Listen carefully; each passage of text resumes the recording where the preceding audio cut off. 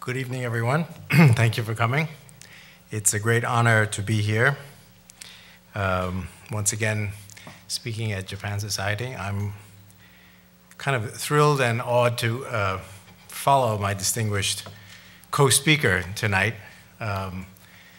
with his illustrious history in Japan. It kind of feels like the warm-up act for the Rolling Stones, but I'll try my best. So we have a few slides here. We can start with the first one. There we go.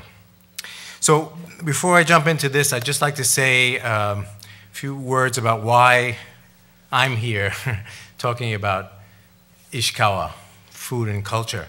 Back in, I think it was either 07 or 08, a little fuzzy on the date, there was this wonderful conference in Kanazawa called the Luxury Lifestyles Conference. And they brought together a group of people in the hospitality field from literally all over the world to meet. And it's typical of the very forward-thinking, intelligent process that Ishikawa goes through, bringing all these people together. And I was invited as a guest speaker. And it was at that time that I met the governor, Governor Tanimoto, and made various acquaintances. And it was not my first time in Ishikawa, but I made some wonderful connections there. And after that, the governor, Tanimoto, decided to give me the honorary title of Shokubunka Taishi, or Cultural and Fine Dining Ambassador to Ishikawa Prefecture, title of which I'm honored to carry. And as I told him recently, just a few weeks ago, that I would be honored to continue to try to fulfill the role and do the best I can in my humble way. So that's why I've been asked to come and speak here. Obviously, my focus is more on food, but I love the culture as well of Ishikawa. So the picture here is the kind of the impetus for the whole talk tonight is the fact that the Hokuriku bullet train line is going to be completed next year in March of 2015. And that picture is of the Kanazawa train station. Again, typical of the way that they simultaneously embrace tradition and yet look for the new. The structure, which reminds one of a torii, but yet in a very modern way. And you find that all throughout Ishikawa and Kanazawa. So next slide, please. We've got, as it is now, you can certainly get to Kanazawa and Ishikawa by local trains, or you can fly to Noto in the north or Komatsu Airport. It's a 50-minute flight, but as you know, there's also the time of getting to the airport and getting from the airport.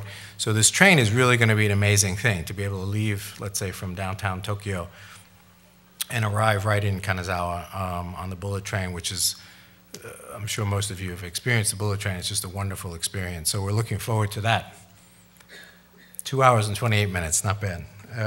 Next, please. So there on the left is the where Ishikawa Prefecture is situated. Way up there on the north, it's a little peninsula. It sticks out. It benefits from a very favorable placement in terms of the currents, which bring it a plethora of seafood.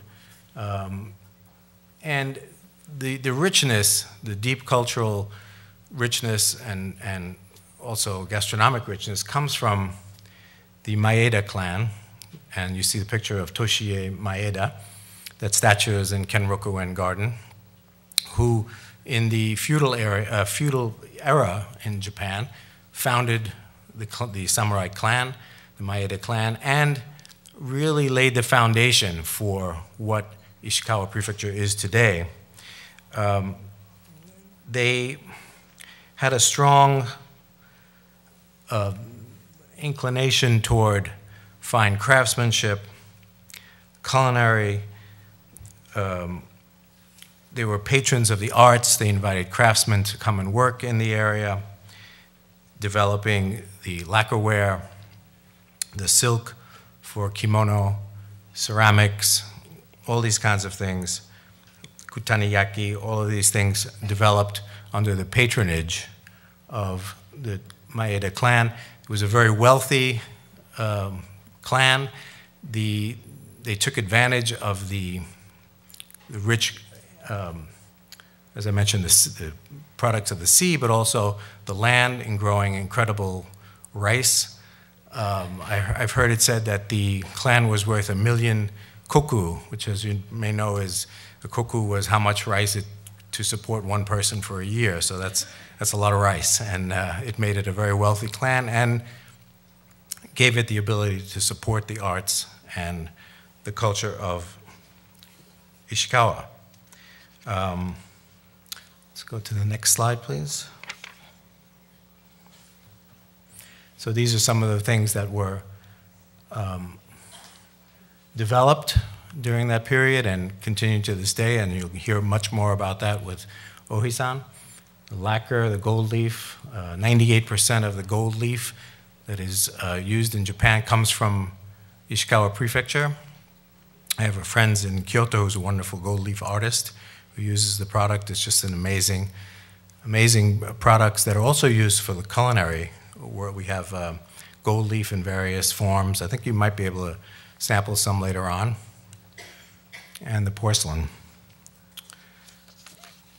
And next slide, please. So these are some of the cultural highlights of being in Ishikawa and in Kanazawa. The famous Kenrokuen Garden, which is very beautiful. The Higashichaya area. And you can stay, when you go to Kanazawa, you can stay in that area.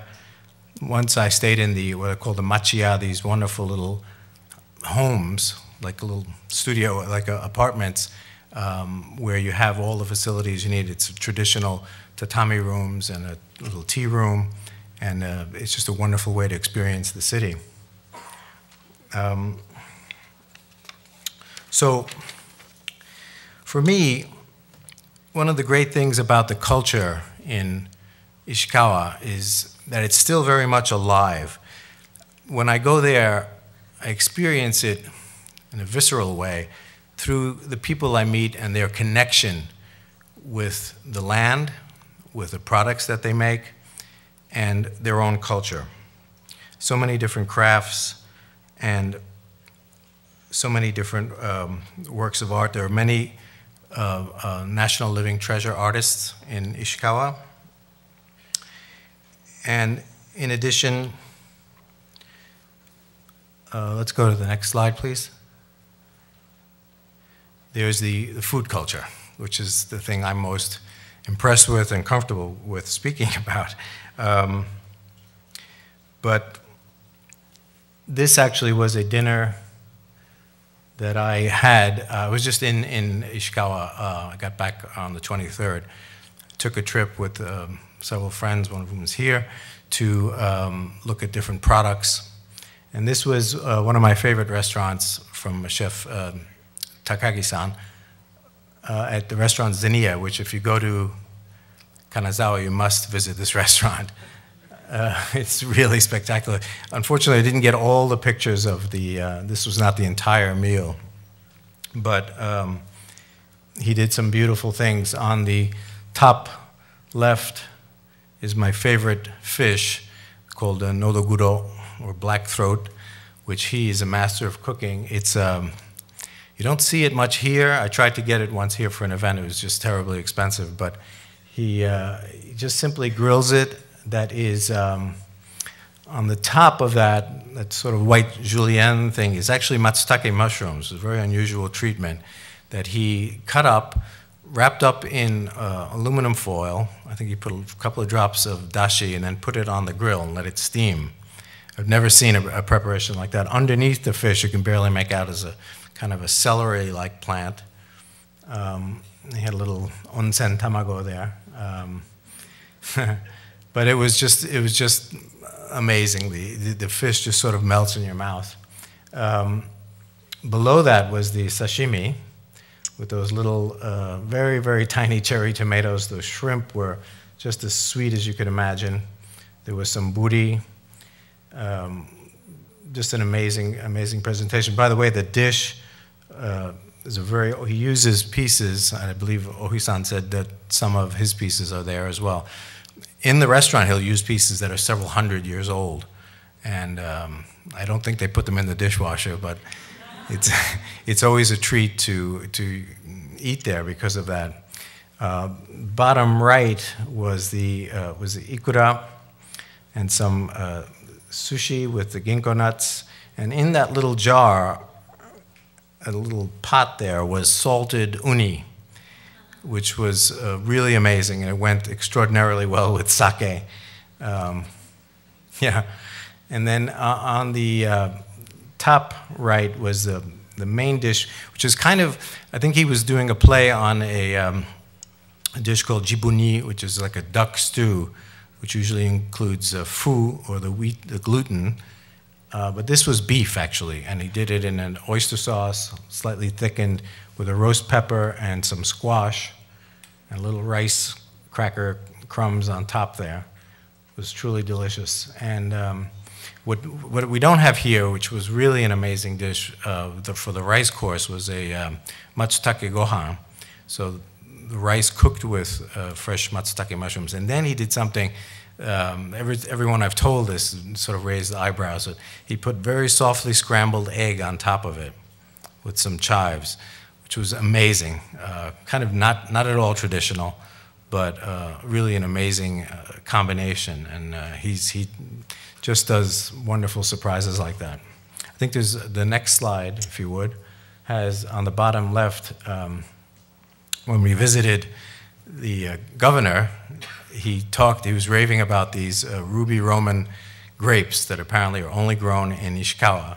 You can see they're quite big, quite expensive.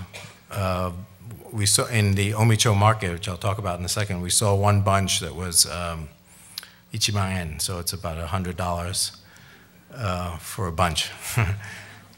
So that's why he's cutting them very carefully, and we each got, I think, 2 out of that. On the bottom is the duck stew, the jibuni. The area is also famous for the wagashi, the Japanese sweets, which, because there's such a strong tea tradition, tea ceremony tradition, which is where Ohi-san's family started making the teacups, they've developed these both beautiful and very delicious sweets.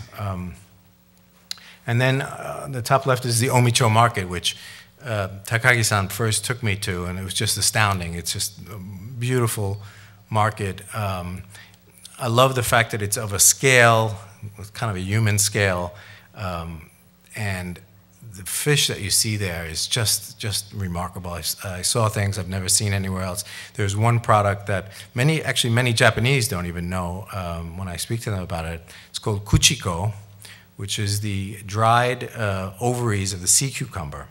And they sort of hang them, and it comes together in sort of like a triangle. And it's quite expensive and really, really delicious. If you've ever had what we call in Italian a botarga, or what's the word in Japanese? Karasumi, sorry, karasumi, the sun-dried roe of the mullet, or it can be made with tuna as well, but the mullet is more delicate. It's sort of that kind of taste, but much more concentrated. And as with many of these things, it goes really well with sake. Sometimes you'll have it in a sushi bar, and they'll just sort of lightly put it over the grill to warm it up and break off a piece of it. But it's very expensive, and it's not that common. It's pretty rare. So some of the other things, the kuchiko and the nodogoro, some of the other things that you'll find there that are really wonderful, and now is the time, is the crab, local crab. Takagi-san, for example, won't use crab until it's local. He's so intensely hyper-seasonal, and he knows so really well what is coming from his area and what's at its peak. And if you get to experience it there, the crab is just something extraordinary, really remarkable. And of course the matsutake, which are also coming in now. Mountain vegetables, things like that, really amazing. There are a bunch of products that we experienced on our trip, and which you're going to see or have seen, and two of which the actual people from the company, or in one case the president, Matsumoto-san from Kagamiso, and also Nakaura-san from the Yubeshi, which you're going to try. These are some of the products that you see in Ishikawa Prefecture. And I'll go through a few of them here. The salt, the sea salt. I believe there's the picture coming up. Is there a next picture, please? Yeah, there it is. That was good timing. That worked out well. So on the left, you see you can't really tell, but the water, the seawater. If you look at the picture on the right, the light in the back is outside, and that's the sea right there. And so he's got plenty of raw material to make his product. And that water is brought in, and it's just sort of like showered down over these bamboo sheets here, and sort of recycled again and again. And they explained that the reason is that they're sort of, as it evaporates a bit in this process, it concentrates the salt content and then makes it easier in this next step, which is cooking it and really evaporating the water out and then gathering the salt. So it's this very simple, very beautiful process that yields this wonderful, very soft, very kind of umami-rich salt that is actually really tasty. I mean, you can actually even eat it. And then they do these fun kind of variations with it, with different seasonings, and they have one where they do like a charcoal. It's been toasted inside of bamboo, and they do one with a kind of greens that has almost a spinach-like taste, and one with shiso. So you have different colors and different, and I've used them all in my kitchen. They're just wonderful to play with. The yubeshi you're going to see is a really, really remarkable product. It needs to be better known, even in Japan, not only here. But it starts out with a whole, perfect, large yuzu fruit that then needs to be very painstakingly and very carefully scraped out the insides without damaging the outside at all. They just cut off the top, and then with these little wooden spoons, scoop out all the pulp. And the fruit is, you can actually see the light through it. That's how carefully they scrape even the white pith. And they fill it with yuzu and mochi, and then steam it and age it for a while, and it just turns into this amazing confection, excuse me, that lasts a long time, and you're going to get a taste of that. There was ishiri, which is a type of fish sauce. Fish sauces have been made since Roman times. The Romans made their garum by fermenting whatever dripped down from the sardines in the barrel with salt. This ishiri is done with, in this case, with squid, and it's it looks like soy sauce, but it's got a very strong fish flavor. It's just jam-packed with umami, and you just need really a little bit, but it's an amazing seasoning. The kagamiso, which I love, I think miso is just a miracle food, and you're going to see, or maybe you have already, Matsumoto-san's incredible miso. There's wonderful soy sauce at Yamato's soy sauce factory, where he's very proud of a soy sauce ice cream, which is actually really good. Sounds strange, but it's really good. Wonderful tofu products, and of course the sake, which you are going to taste. Because of the incredible rice that's available in Ishikawa and the water, from the mountain water. Someone once said to me that the terroir in making sake is actually the water. When you're making wine, the terroir is the land that you grow the grapes in, but for sake, it's the water, and Ishikawa has amazing water coming down from the mountains. So they have some really, really good sake. I also want to talk about, I'm not sure what, let's see the next slide. I'm not sure what that is. Oh, okay, not there yet, okay. I wanted to talk about the hot springs, which is a major feature of the area. There's one in particular that I really, really love. Friends of mine have heard me call it my favorite place on earth, and it's not much of an exaggeration. It's in Yamanaka. It's about a 40 minutes or so drive from Kanazawa. It's called the Coyote. Now, you have these books. If you care to, you could turn to page 6. It's kind of like a prayer revival meeting here, but open your books to page 6.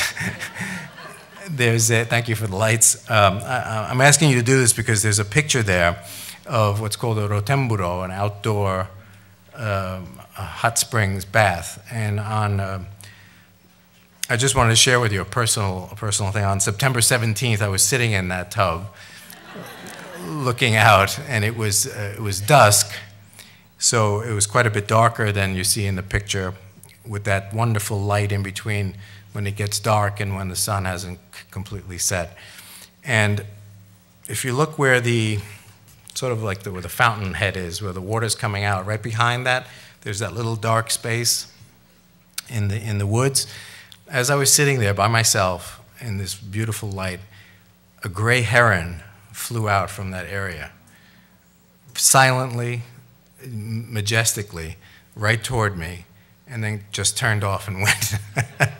So I thought, okay, I'm going to take that as a wonderfully auspicious thing. I looked up the symbolism for the heron, and it's just a list of wonderful things. You can't, everything you want in your life is attributed to the heron. So I'm going to take that as a very good sign that things are going to go well. But really, it's an amazing place. And the owners, Mr. and Mrs. Kamiguchi, are well into their 70s. They're extraordinarily hospitable people, gentle, knowledgeable, wonderful people. I've had so many wonderful experiences there. Talk about food culture and connection to the land. One time I arrived from the train station to Yamanaka, and Kamiguchi-san himself came to pick me up at the train station in his car. And as we're driving to the hotel, to the Coyote, he stops the car and by the side of the road, and he looks at me with this kind of funny look in his eye. And I was wondering, what is he about to tell me? And he said, "Would you like to go hunt for wild onions?" So I said, "Yeah, okay." So he drives off to this little area where it looked like it's just a bunch of weeds, as far as I could see, but he knew where to look among them for these little wild onions that were growing there, and he showed me how to pluck them out without breaking the stem off from the tops. And we gathered a whole bunch of them, took them back to the hotel, and the chef made them that evening. It was just a marvelous experience. But I loved the fact that he was so connected to that area. He knew where to look for these wild onions, and that still, at nearly 80 years old, delighted him so much. And I see that so much in the people in Ishikawa Prefecture, that they're so connected, no matter what they make or what they do, whether it's pottery or in the restaurant business, they just feel this wonderful connection to their land and to their products. Besides the wonderful bath at the Coyote, there's also an incredible cuisine. I have to say, I think it's the best Japanese breakfast you'll get in Japan. That's saying a lot, but it's really, really remarkable. And dinner's pretty good too. But I really recommend you go. Of course, sushi, in addition to the Zeniya restaurant, there's a wonderful place called Komatsu Yasuke. Yasuke-san is also probably close to 80 years old. A lot of people hearing about Jiro-san in Tokyo. which is an interesting place. But Yasuke is, his sushi is amazing, and he's a funny guy, and his great hospitality, which I have to say I didn't always find to be the case in Jiro. But not easy to get in, as it's just a little place, again, you know, probably 14 seats or something like that, but worth giving it a try.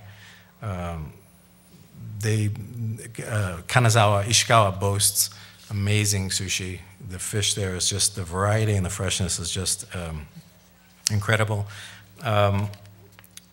There are things, there's also, in the city of Kanazawa, there's the Katamachi area, which is a wonderful shopping area. It's my favorite kimono shop there. I'm a rather avid kimono fan. It's not something I wear often in New York, but I do in Japan. And one of my teachers has been Hanaoka-san, who is the proprietor of a shop called Eri Hana. I recommend, it's worth a trip even if you have no interest in buying kimono, because his father, who started the business, has a wonderful collection of kimono from the Edo period, including children's kimono, which are, it's really something beautiful to see, and he often has them, he always has them on display in the shop, so that's a wonderful thing to see. I recommend also the Nomura Samurai House.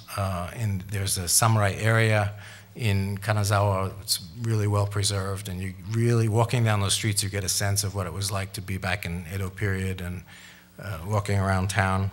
There's still active geisha places. You can go and have wonderful entertainment, which I've, thanks to Takagi-san, I've had the opportunity to do that.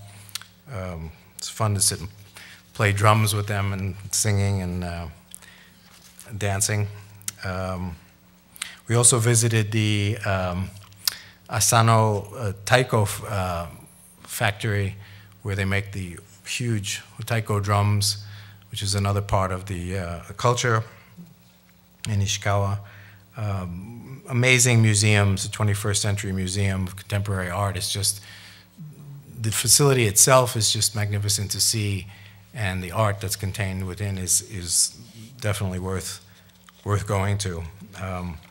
There's just so much to do. On one of my early trips, I visited a master of the kakayuzen, the kimono painting, and just was awestruck at the incredible finesse and patience they have in painting these kimono with the rice paste resist, and just watching the steadiness of the hand was making me jittery, because I couldn't imagine keeping so still and so calm and doing that work so beautifully. But just some of the experiences that I've been really, really fortunate to have there, and I hope that you will take advantage of this new easy access to Ishikawa, and please visit. This was a couple of the pictures I took on this last visit just a few weeks ago in Kenrokuen Garden. You must visit Kenrokuen. There's also the castle there, which is something definitely to see. Just walking around this garden is such extraordinary things. The trees, the way the trees are kept. There's one tree, there's a picture of it in that book, where they, it's like the bonsai, but doing it on a huge scale. They actually cover the roots of the tree with soil and let it grow. It's on page 10. That tree had its roots covered up to where you see the roots beginning. And then after it reaches a certain maturity, they take away the soil, and you see the roots exposed, and it's, I mean, you can walk underneath it, and it's just so extraordinarily beautiful. And also it's very touching to see the care. There are people, they're constantly giving such exquisite care to these trees. In the winter they have those, what do they call, the yuki tsuri, I think it's called, where they put these sort of almost like teepee-like structures over the tree to prevent the snow from weighing down the trees and possibly damaging them. You can see on page 12, Takagi-san at Zinnia has mimicked that effect with that kind of shape that he puts over the food in season. But they put those over the trees. It's a huge structure, and it prevents the snow, just a considerable amount of snow in the winter, from crushing the trees. So it's just amazingly touching, and how careful they are with these with this garden. So I think that's, I don't know how my time is. Okay, that's about it for my presentation. We have a little time after for questions, which I look forward to. And I do encourage you all to go and see for yourself and really enjoy this extraordinary, extraordinary place. With that, I'd like to present Ohi-san to come up and talk about his pottery. Thank you. Good evening, ladies and gentlemen. As I heard Mr. Michael Romani speech, I'm getting hungry. And I'm going home tomorrow. So I'm in New York almost 1 month in this September. So from tomorrow, I can go to Zenia or many sushi. So I'm looking forward. And thank you very much for inviting me today. Probably I'm a special sightseeing ambassador for Ishikawa Prefecture, or a special guide for craft for my area. That's why maybe I will have a speech. But I'm not English speaker. I'm normally speaking only by Japanese. So today, I'm adding many photographs. Instead of talking in front of you, I hope you understand my meaning from photograph. And I'm using Keynote. This is special too. So today I want to talk about why our craft started, or now we have a kind of a new focus, looking up from a contemporary art to look at our original craft. So we are changing, and then we are keeping still old traditions. So we are very much influenced from a contemporary art and contemporary life now. So as Michael showed you many of our beautiful pictures from our area, but I have more beautiful pictures because my friends are taking this photo. And this is a Kenrogen Park. We have 4 seasons. So winter, spring, summer, autumn. Season is coming and going. Maybe in New York, it's the same way autumn has come. So this is a castle in Kanazawa. We are living here over 400 years by same conditions. And this is we have 2 rivers in Kanazawa. I'm going to tell you why we have to have a river in old castle city. Everything it came from how you pronounce Feng Shui. Yeah, it's a Chinese accent, but maybe for English people understand. We say Fu Sui, but maybe Feng Shui. This is a Kenrogen Park, light up in the night. And we have winter, we have a snow. And then sightseeing people are always telling us beautiful. And local people, we hate snow. It's a completely different story. But we have to enjoy when we have a snow, because this is before season has come. Maybe Zenia, it's the same way. Many restaurants in maybe late autumn, they start to use for winter preparation. So food is also linked with season. So we have to have 4 different plates for each seasons. This is a geisha district near my house. Maybe I can walk in 5 minutes there. So I know all the geishas.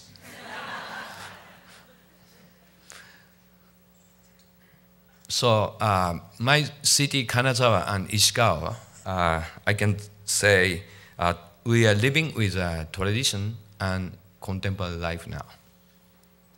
And then maybe in New York, you can feel what is a Zen, maybe. But if you go to my city or prefecture, you can find many old Zen type of temples. And then you feel in there what is Zen from an ancient period.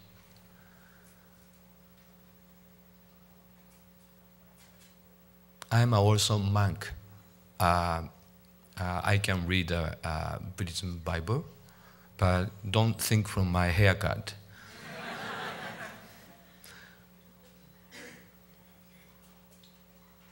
And now we have a new museum, Suzuki Daisetsu. He was born in Kanazawa, and he explained about what is a Zen by English or for different people outside of Japan. He came to US, he went to Europe, and then people start to understand about Zen. So now new architect designer, his name is Taniguchi Yoshio. He was born in Kanazawa. And then maybe this memorial museum is telling you what is a new Zen idea from new buildings. That's near 21st century museum. So old and new are melting in Kanazawa. Now, this is an old craft. So this present period, nobody is using, like such as a lacquer box. Why we have to use now? But if we think about different way, like a focus from a contemporary art, lacquer box is a contemporary art. So we have a 21st century museum now, so people can compare if this type of a new architect design with old craft, which is they are melting together, or they can share the moment together. This is a new idea for craft. So actually nobody knows this 21st century museum is going to be succeed. It was a kind of a gamble. But now, 1 year, we have 1.7 million people are visiting to this museum now, including child, including old people. And about craft, we made with a city and prefecture. It's a craft special tour. So normally, just sightseeing people want to visit to a craft studio. Normally, it's not open. But when they have a special occasion, they can visit to the craft or artist studio. So we started this type of a new tour system. And people want to go to 21st century museum, but they can see also all things. So now I want to talk about a little bit about the way of tea. Maybe for you, always you doubt why Japanese is thinking tea bowl is so important. It is a just bowl. But I can tell you why we start to think from that way. This is not using wheel, everything hand-built. And then when we have a firing in the kiln, the piece is completely, the glaze is melting. We pull it out from kiln. So quick heating and quick cooling, this is we call raku. So this is a kind of against China or Korean craft source, because they are using wheel, and so many people are working for making craft, and then they are using big kiln, and then they select A group, B group, C group for to the market. So maybe this was a kind of against to the Chinese or Korean what we learned. Not against, maybe we wanted change. So also, this is one character from a Japanese writing. The meaning is inochi, we call inochi, the life. But this character has a very, very deep meaning. So this was maybe about 1,200 years ago. How we used this character before. The meaning is left side is a vessel. Right side is a human, is praying. So maybe now you understand what means this character. Human is always holding vessel to the heaven. This meaning is a life. That's why for Japanese, the vessel is very important for our life and for our mind. So think about 400 years ago, Senrikyu created the way of tea. They thought about this idea because they didn't have any medical ideas or science, anything, they didn't have the idea yet. So how people can meet and how people feel one chance, one meeting is so important. So all idea they had, but now we have a new Shinkansen, the blue train, so people can meet each other so easy. So now we forget kind of a one chance, one meeting. So we have to return to the period and what they were thinking, we have to learn one more time. That's why we will understand when we go to tea room what they had an idea. So now let me talk about a little bit about Feng Shui. This is a north, west, south, east. What kind of a God is defending for our city or for our life? So north is normally when we talk about animals, north is a cattle. It's a very difficult turtle or snake. And west is a white tiger. East is a blue dragon. And then south is a bird from God. So if we think about city environment, it's a west, we have to have a mountain for tiger.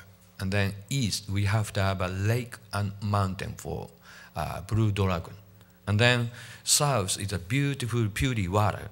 It's coming from a North River to the ocean. So God bird is flying down and can have a water. So we have to have this kind of a city. Also, golden ratio. It's a very important for the Japanese old castles for how they build the city. So if I talk about this, I need 1 hour. So I just skip. But this is a water system in Tokyo. We used to call Edo. So how they build the water system? So this is a kind of a spiral from coming to the north. So we can put this spiral. This is a golden ratio, how they build the water system. So Tokyo, Kyoto, and Nara, Himeji, Kanazawa, all these cities, people are saying Feng Shui city, how they build. So craft is very much related with this idea. So when you go to such as Yoshino, there is a Wakayama Prefecture, Mie Prefecture. But anyway, there is a many spiral in the shrine. So this is Kanazawa.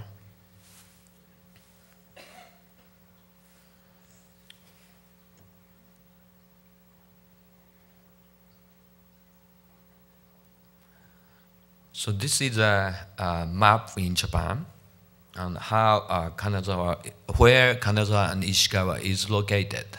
So there was one important issue for our area because Tokyo politically very important city and Kyoto it's a culture, it's important city. So Kanazawa is learning culture from Kyoto and then always concerning about Tokyo. So, and then how we can make a city or how we can develop our city. This is a kind of a confusing ideas. Never have a right answer. Respect Kyoto and Tokyo. How we can make a, new craft or new culture. So one idea was always we have to make new from our old tradition. This is a kind of answer, but it's a kind of ambiguity answer. So no one knows what is a real answer. So we are repeating and repeating and handed down to each generation. Never have a right answer. That's why we could continue. This is my opinion. So this is a left side top is a Maeda, hips. And then center is a we call Senso. He started Urasenke Tea Foundation. He's the ancestor.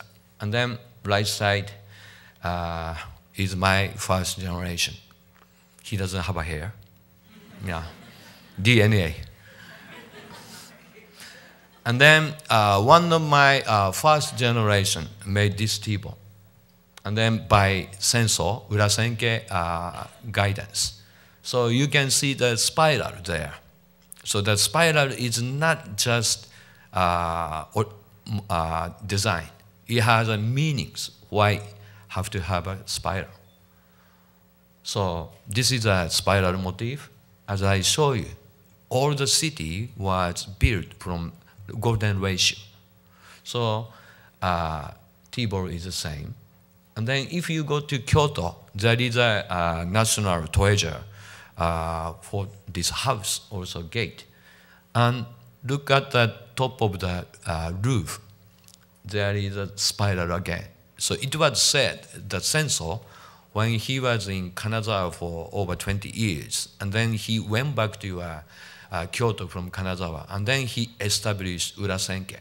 So at the time, he brought back these spiral ideas from Kanazawa, because this is a defending for the family or defending for the people. So my first generation made this kind of an object. And then I show you, I take you a tea ceremony now. Just you think about, you are invited for the tea ceremony. So we are now in the waiting room. And then I tell you one only idea. We have a 5 sense: listening and looking and smelling and tasting and touching. That process is a first thing, maybe baby start to listening. And then next step is can watch. So always when we really listen carefully, we close eyes. Or when we are watching very carefully, we try to say people, can you be quiet? I'm looking. So means our beginning about 2 sense is always we are training. And then after that, our smelling things, maybe for incense, the way of incense, people are saying not smelling. They are saying listening from the notes. So maybe from a note, smelling, it's kind of a difficult for maybe Mr. Romano. He's a chef. Maybe information is maybe just listening and watching. But from nose and mouth, it's not. No one can make a fake story. It's when people smell and are tasting, always one is the same way. So we have to use full power for 5 sense. And then final thing is touching. So when we are eating something or when we drinking something, we are always touching by hand. And then we decided how we feel. So, and then that time our 6th sense is coming to our head or mind. So if you are very, very sensibility for going to tea ceremony, I don't have to say any other words. But just look at I invite you tea room. First, we walk to the tea house, but there is 2 directions. We confuse which way we can go. So left side, please look at there is a lock tied by black rope. So means don't enter there. And then we go to the, just before enter to the tea room, there is a kind of a water, pure water is there. So we wash left hand, maybe we not wash, maybe purify. Left hand, right hand, and final thing is that by left hand we have a little bit water to the mouth, and then we never drink that water. We spit the water. This is maybe we are purifying our mind or our body. Just, and then enter to the tea room. It's a small door. Means I don't have to tell you how you enter to the tea room. Anyway, you are trying to enter from your head. Otherwise, please think, if you enter from your legs, you will hit your head to the rock, right? So, and then you can see that we call tokonoma. It's a hanging calligraphy in that space. But one step higher than tatami for our sitting place. So why they did that? And then during tea, and then after that, we are checking by hand and look at the back side. That meaning is that we don't have a digital camera at the time. And then how we can remember for wonderful time. Just by one table, if we look at the table again, we can remember who was together, what kind of weather, and then what we ate. So, and then we can remember what kind of vessels tea host used. So it was a kind of important memory system. So this is I show you an old tea ceremony. Now I show you a contemporary idea. Maybe 14 years ago, at this Japan Society, we tried contemporary art for the tea ceremony. So this is an old type of tokonoma. It's a new type of tokonoma. By digital, by computer, we can make old concept by using computers. People can see or can look at from this, and then finally, they will think about 5 characters, what means. Or this is a kimono, right? And then Issei Miyake, designed for the making tea host. Or this is an old tea caddy. But this is one of, his name is Ettore Sotosas. He was a designer in Italy. He designed this kind of a tea scoop. And what I'm doing, I'm a clay artist. Cannot carry all clay to the high mountain and cannot make anything. So I take photo, I make a poetry, and then after I went to a studio, I start to make from the image, like this. And my family traditional tea bowls, and new type of tea bowls, and then plates, maybe Mr. Michael might say, can I use for food? Your plate is too independent. We always have to talk with the chef. And this is a 5 angles golden ratio plates. And maybe it was a Zenya with this is my small plate. This is one of a sushi bar. It's for 1 sushi for each time. And then this is a flower arrangement at the Sogetsu master.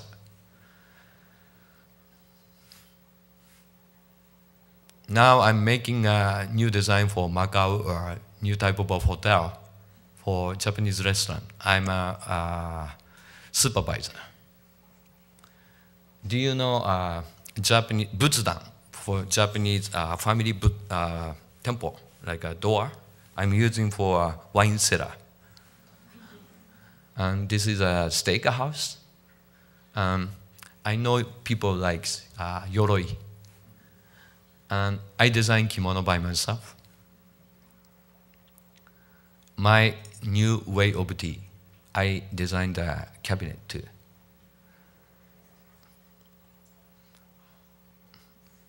It's a man-made skin we use for architect materials. And this is I did with Kuma Kengo and Hara Kenya, and yeah, we did a new type of a tea. And 9/11, we went to Ground Zero, and then we had we play by tea to the liberty of statues. And as you know, we have a very big trouble with Korean and Japanese, but I went to Korea and I did Korea and Japan tea ceremony. They wear each costumes. And this is my new house, so please visit. My museum, backside. And Teshigara Hiroshi, he designed bamboo tunnels.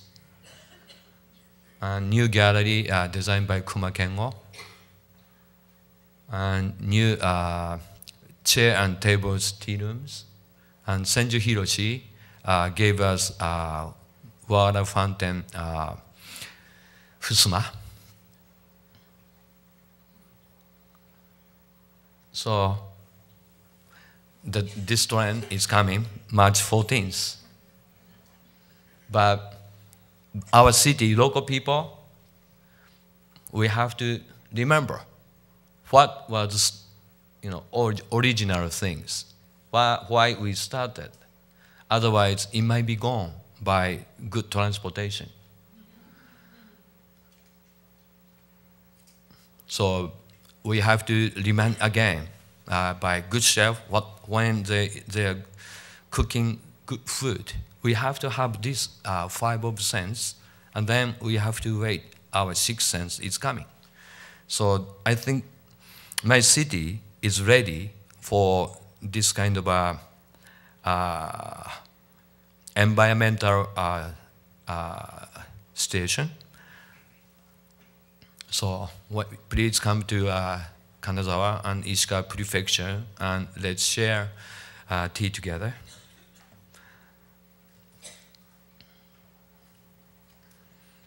I hope you could understand by my poor English, by slides.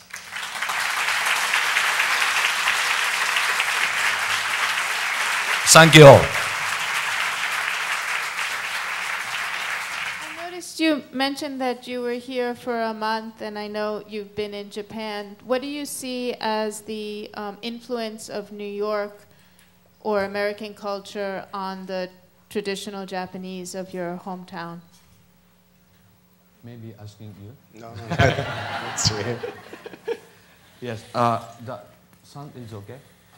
Yes, I'm not really sure what I'm asking me, but each time when I come to New York or my second hometown, Boston, I feel like Japanese tea ceremony or our traditional craft, when I see in the New York new type of buildings, I feel Japanese traditional thing is contemporary art. Because generally or naturally, your contemporary art is visual life. So when I see Japanese traditional craft, I feel like an opposite way. So I learn a lot. Also, many Japanese is thinking this is not for our life anymore, but how you are using for our old things. We learn again. So after I went back to Japan, I'm going to explain to people, they never understand. So I think seeing from outside and look at the opposite focus is very important for our tradition or for our new life. Did I answer correct way? I hope. Okay, thank you very much. And another question. Wow, no questions. Okay. This is the last question. Me too. I wanted to ask about your ceramics. When you make them, both, I guess, for their aesthetic and for their functionality, what are some of your thoughts about, say, the use of those, say the use of the flowers, say the use of the food, the color of the plates, your thoughts about the color of what might be displayed on those plates? I guess some of the things that you bring together, the shape of the plates, and the relationship of, say, the flowers and the foods, and all of it together. Plates. I'm not sure how I can answer, but such as when I make plates for food, I have to negotiate with a chef. But sometimes I'm going in front too much. I have to go a little bit backwards. But each time, when I'm too much backside, people are saying, Toshi, you should go, you have to prove more your things. Or when I'm doing too much, people say, you are doing too much. Always, you know, when we have a project, always I'm too much or I'm not, or always like this. But I think we never have a right answer. But always it has all the relationship, not only one thing. The flower arrangement, we have to think about who is coming and what kind of season and what flower is best for you people. And that's for beginning things. And then when we sit down, what chair is good, what desk is good, how we should wear. Guests too. Host and guests are always, without talking, we have to think about each other's. And then we will have some sort of an answer, what we can do. Did I answer? Michael-san, do you have any additional comments? Yeah, Thank you. It's a different question? Yes. So, No, you answer. The first time I went to Japan was, I think, 1983, and I was so impressed with many things. But one of the things was in the fine restaurants, the way the food, both the color and the seasonality match, the plates were matched to the food in terms of their color and the different shapes. It's something I hadn't experienced in the West. Now we're seeing that, and I think we're borrowing a lot from Japan in restaurants. You're seeing a lot of different plateware. It's not unusual in the course of a meal to have many different shapes and plates in a Western style. We didn't used to do that. It used to be one kind of plate. But I think there is a balance, I find, when a piece is so individual and so beautiful, you kind of want it to stay on its own and just admire it for that. Or a piece can be made to complement the food. And I find it truly ingenious the way Japanese cuisine uses shapes that years ago I never would have thought of putting food on. It just seemed like a slab of something. And yet when you do it beautifully and put, like that one piece you had for the sushi, just so beautiful, so simple. What we in the West don't think of traditionally is a plate to put food on, but it works, and it works exquisitely. Also because of the shapes and size and proportions of Japanese food lend themselves to these odd, what we would call odd-shaped plates and varied shapes and sizes and things like that. So, yeah, it's a good question. Now we have heard from two fantastic speakers, very different angles of beauties and good things about Ishikawa Prefecture and Japanese cultures. So thank you very much for your excellent speeches, and then please give them a big hand. And please enjoy the tasting upstairs.